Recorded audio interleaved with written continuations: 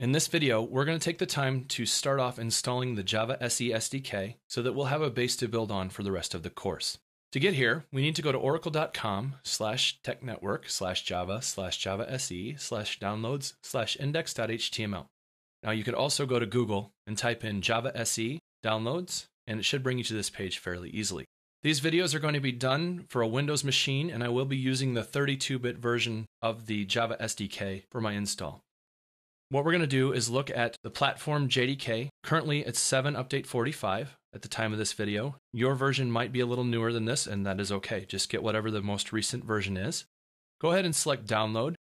And when you get to the download page, you'll need to say accept the license agreement, and then find the correct distribution for your machine. Now, ours is the Windows x86 that I'm using in this demonstration course, but you may be using Linux or Solaris or Mac, and you would want to get the correct distribution. If you're on a Linux machine, I would recommend first checking to see if it isn't already installed. It may very well be.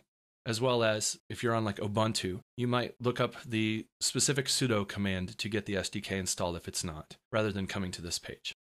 So what I'm doing is downloading the JDK right now for this Windows machine, and I'm going to go ahead and pause the video while this download completes. So if you're watching this along with me, go ahead and pause your video and then come back when your download completes as well. All right, our download is completed. So we're going to go ahead and select this, and we'll bring it up and double click and do the installation. So as we're installing this, we'll see that it will install both the Java SE development kit, and eventually we'll run into an installation request for the JRE. So we're going to go ahead and install both of them, and just make sure that all of these are selected, and they are by default, and that you're installing to something sensible like x86 program files, Java, JDK 1.7.0 _45 is my version number. Whatever your version number is there would make the most sense. So if it's 51 at the time of your installation, go ahead and leave that. So again, I'm going to pause the video while this installation completes. Just remember that there is going to be a prompt, and go ahead and select that you do want to install the JRE when you hit that point. All right, our installation has completed, so we'll go ahead and close that, and we can actually delete our installation file. We don't need that anymore.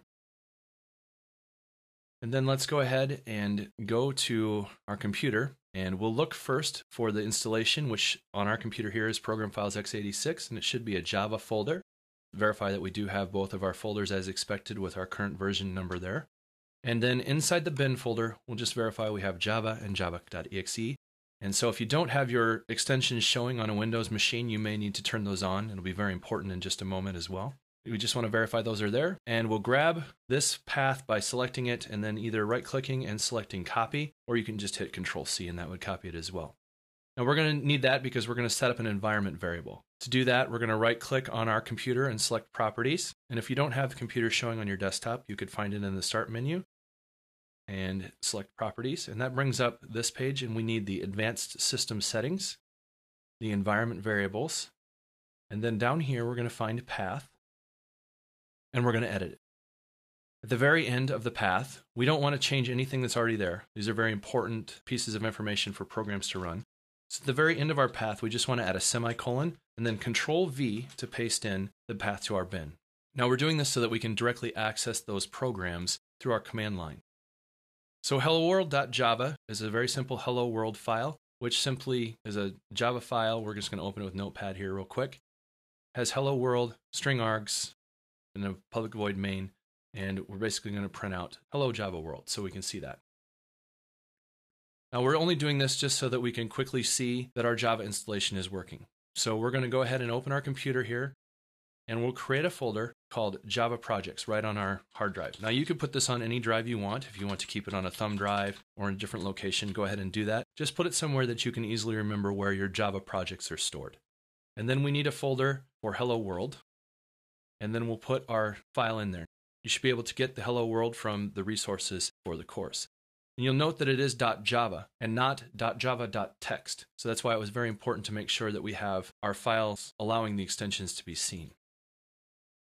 Once we have that, we can go ahead and bring up a command line browser, and we can switch to that directory where our projects are stored. And then we'll switch to the Hello World folder, and we'll just list the directory, make sure that our program is there. It is. And we'll just say javac.exe, hello world.java, And that will compile the program, creating our class file. And we'll say Java hello world. Our Java installation is working, and we are very easily allowed to program in Java on our machine. And you can see the class file was created as we compiled it here